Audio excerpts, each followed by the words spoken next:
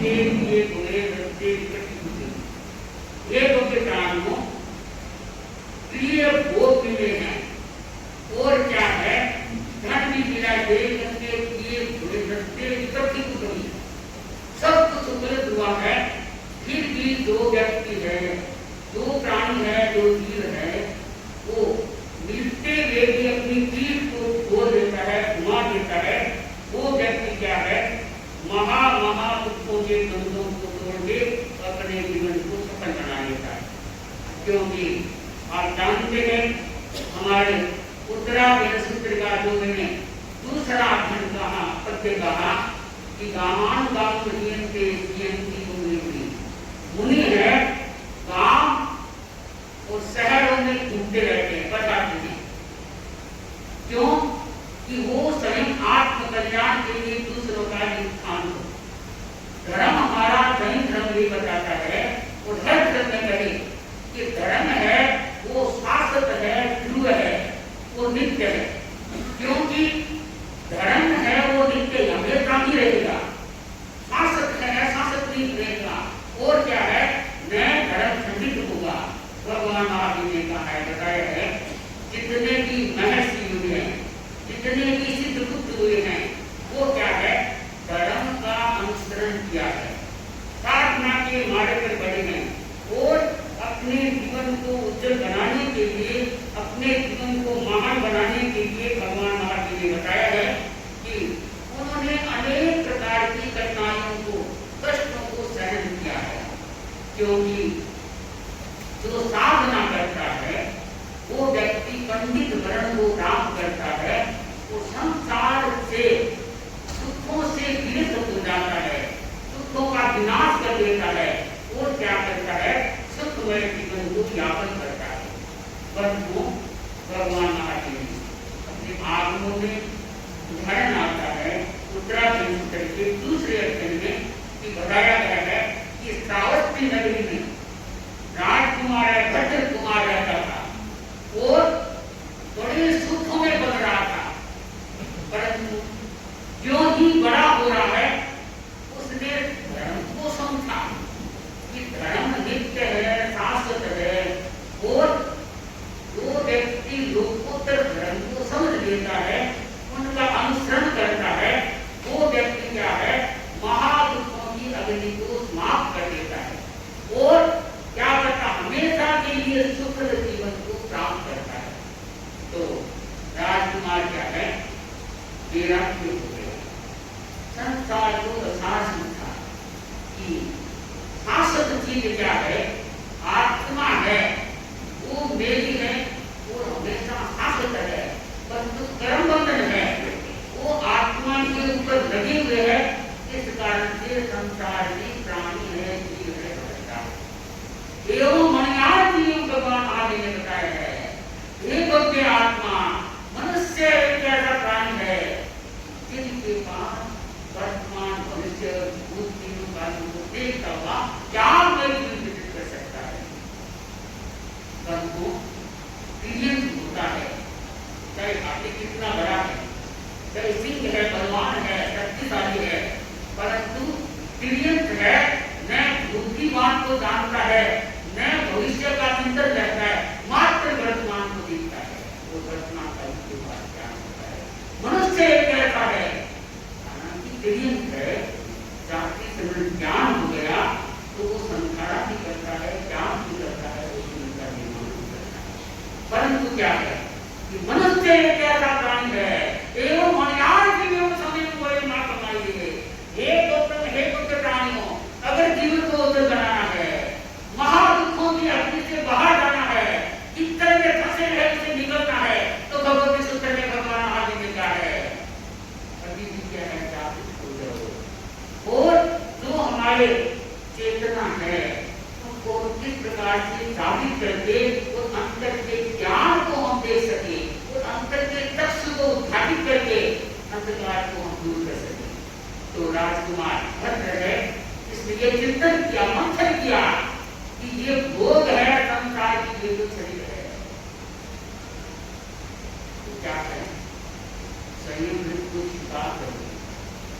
परिवार वालों ने बहुत समझाया कि क्या है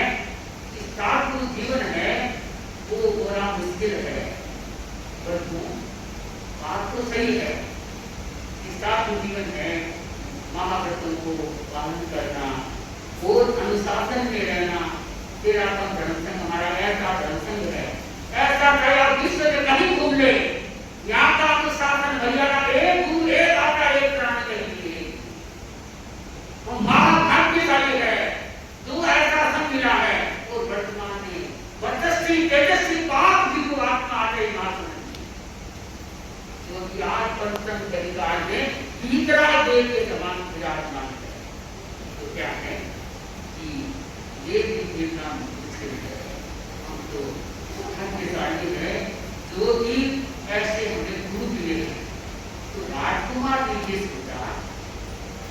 कि मैं मानता हूँ साधु जीवन में कठिनाई आएगी,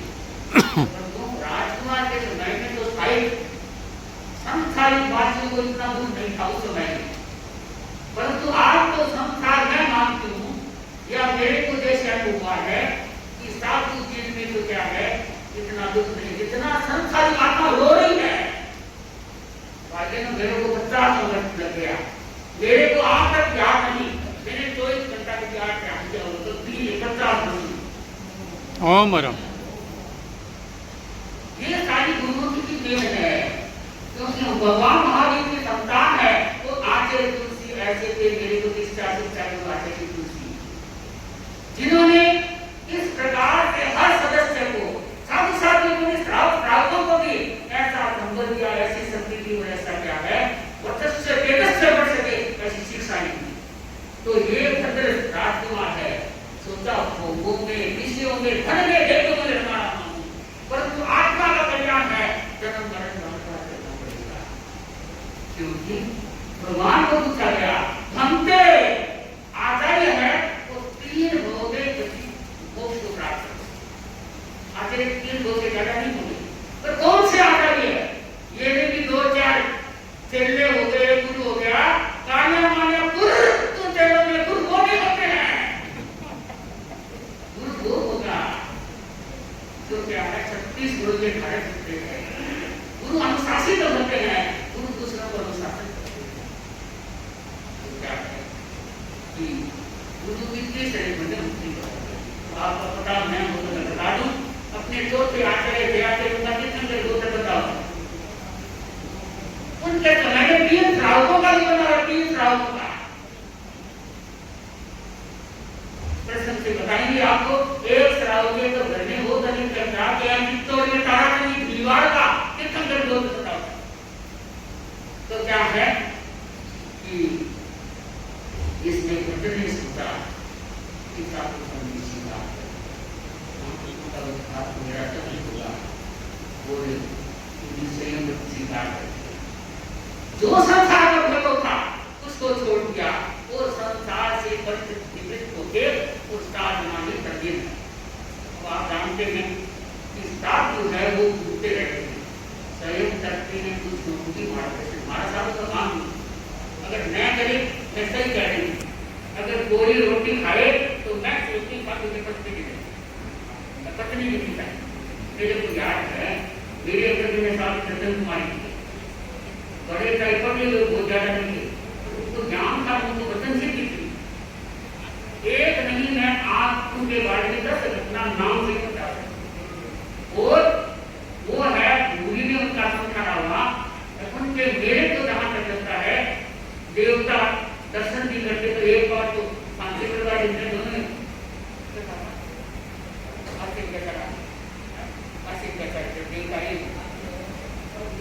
आसिम के पास में गांव का नाम है के पास है नहीं, तो वहां देवता साक्षात हमने मैं सांप्रदायिक को देते मैं कभी तो मैंने कहा महाराज आप दर्शन किसको दे रहे हो? तो बोले कोई भया है, भाई तो कोई नहीं दिख रहा उनके सामने, वो कभी मान रखते मेवाड़ी भाई था। चलो इस बात को फिर क्या है तो उनको हमने वो एक बार कोई डांटा तो 4 बार की सूटी वाली तो 4 बार के क्या है मुख्य की, और वो क्या है साथ ही घटन तुम्हारे 16 वर्ष लगे 4 बार मेरे उनके तुलसी फरमा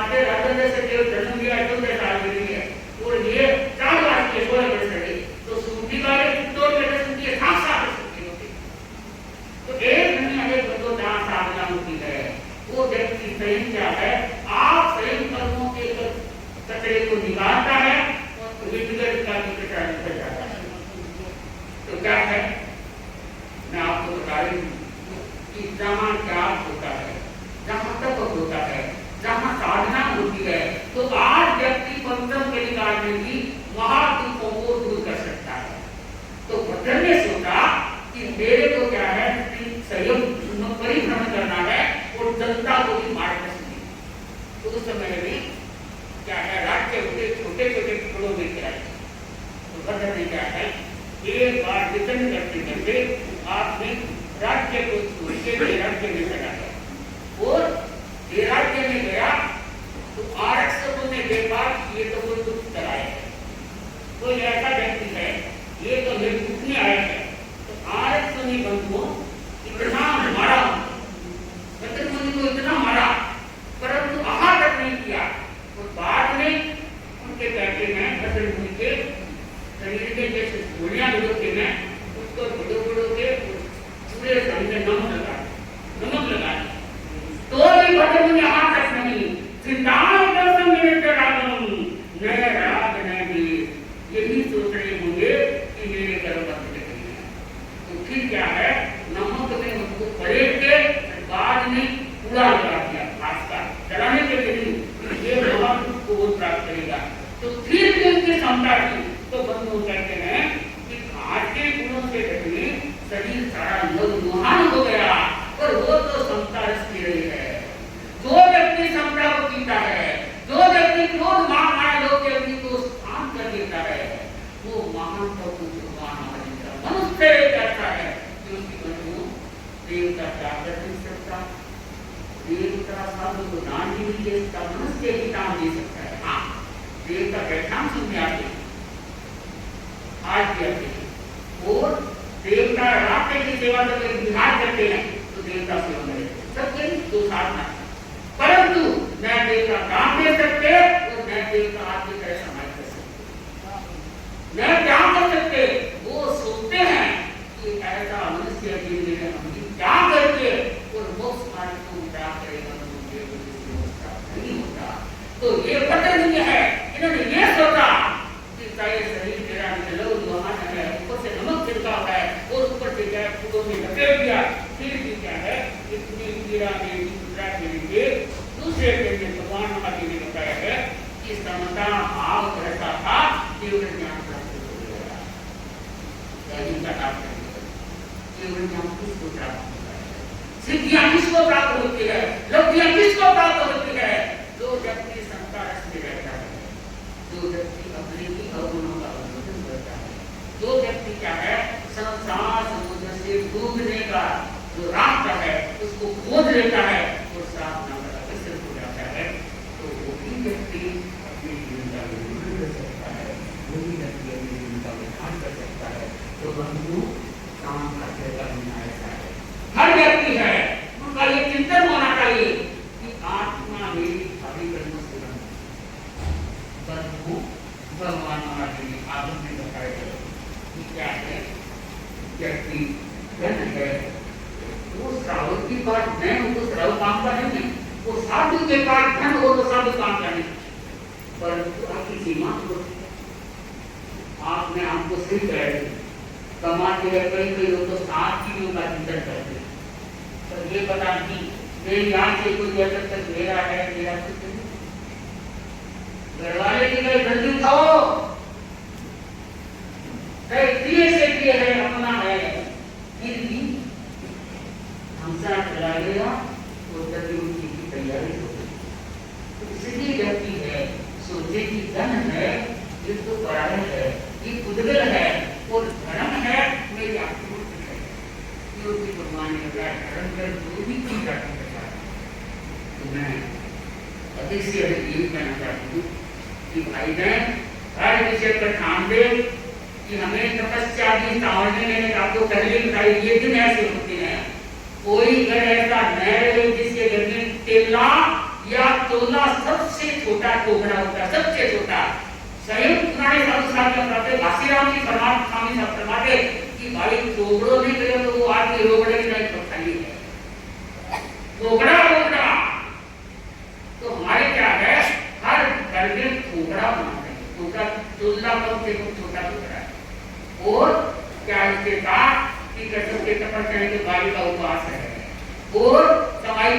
कतरनी है, मोहन की कतरनी है, भाई की कतरनी है।